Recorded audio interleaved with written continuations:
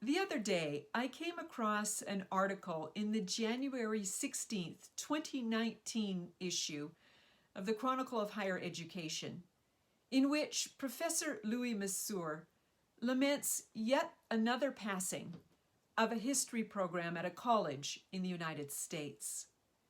In the article, he cites a survey of 7,000 college students and notes that the survey reveals 25% of those 7,000 college students did not know that Abraham Lincoln was the president during the Civil War.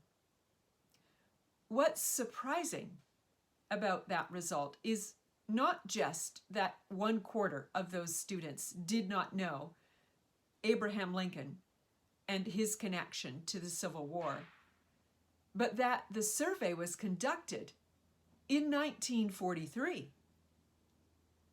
We think that the development of our disinterest as a culture, and certainly in higher education, in history, in the stories and investigation of the past, is a recent development. But Professor Massour notes that that isn't the case. Our lack of passion for the past as a society has been happening for some time. And so Professor Massour makes an argument for how to resurrect that passion, how to resurrect interest in the past.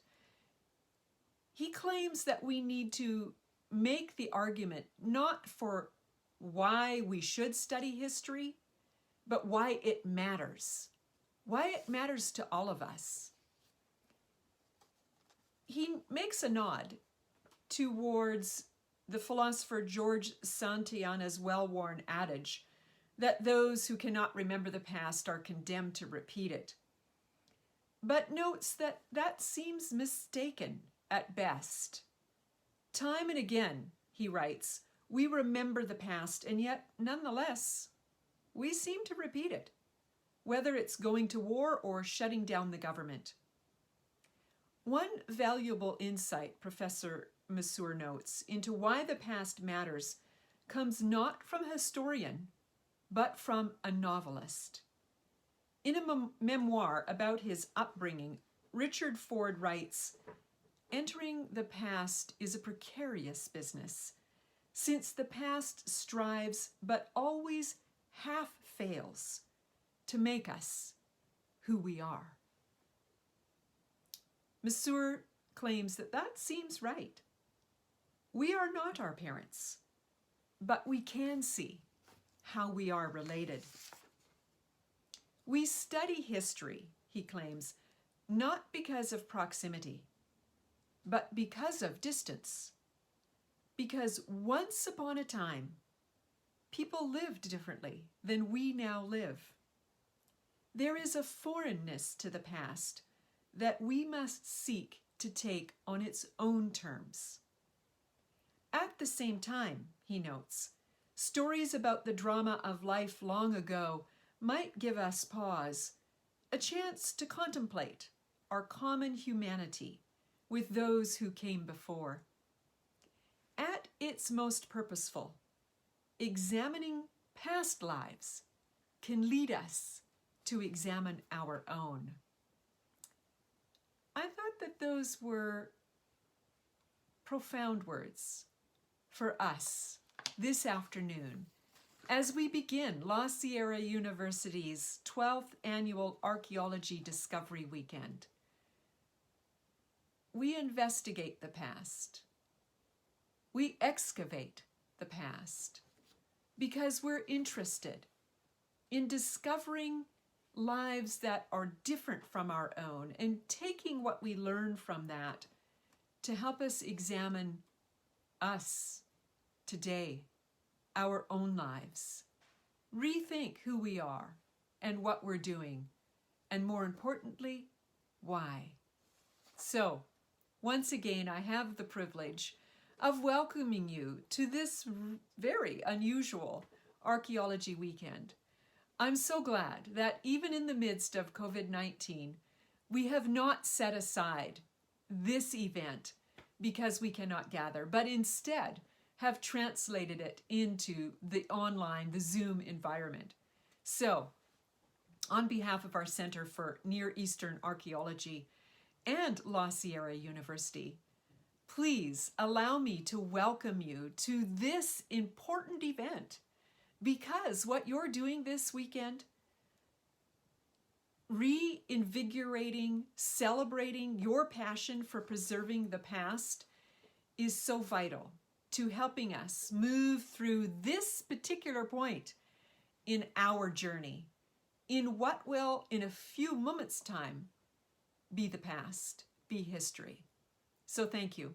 Thank you for the work you do, and many, many blessings for the ways in which you will continue to help us unravel not only the past, but the present, and then move us into the future as well.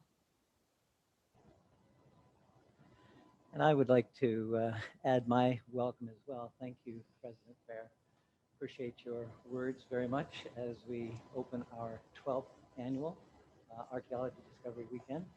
And we're looking forward to 3 hours of discovery about what we're doing and how it is that we hope we're preserving the past, and doing so in responsible, ethical, and moral ways. There are a number of people that at the beginning I'd like to thank um, for their roles in different ways. In particular, I think most of you know that this particular event is being dedicated affectionately and appreciatively to Norma Kershaw. She has been a longtime friend. She is a supporter. And as you note in the screen, that we really will miss her intrepid passion to preserve the past. Her family has generously offered to donate her library to the Center for Near Eastern Archaeology, which is mostly art history. She was an art historian.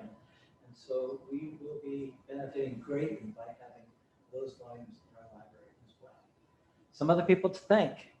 Our co-sponsors, you can see them listed here. Some are media outlets, some are historical societies, some are businesses, some are campus entities, professional organizations. We thank you all for your support.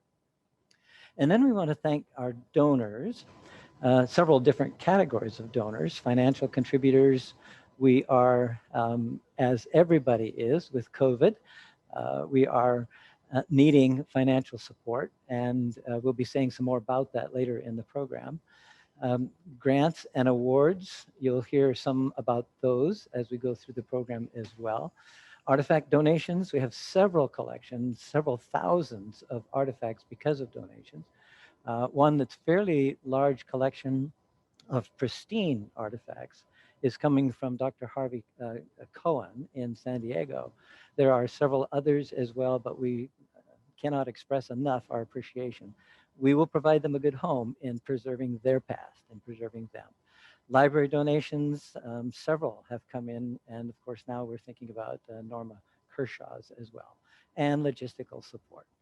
Support staff, if you have accessed the program, you've seen these names. We are deeply indebted to everybody listed here, the committees and the advisory council, to our IT crew. David Hunter and Greg Jimenez are here. Christian Liang was part of our preparation. We are deeply indebted to them for their support. We also want to thank presenters. Most will be here at the Center for Near Eastern Archaeology on campus, and many will be joining us via Zoom. So you'll see some split screens occasionally as we have co-presenters. I also want to thank you. I mean, in a way, maybe I'm thanking my archaeological colleagues, but I think I'm also thanking the global community for bringing to our attention that archaeologists are not just there to dig up and to analyze and to interpret, but to preserve the past. And so the focus this time is a serious one, committed to that. And when you look at all of the components of our program, they're all dedicated to preserving the past. You'll notice under CNEA research, long-term quest for ancient Ammonites and Moabites. That is decades in the making, and we will continue that quest as we're excavating at sites. And then a commitment to community archaeology, which is to say archaeology as a community asset, something that people own and that people will benefit from. And then the other components of the program as well.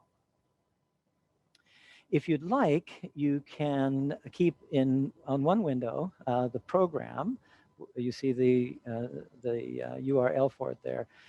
That is actually the place you went to register to, so you can do that. And then toggle back and forth between Zoom and the schedule.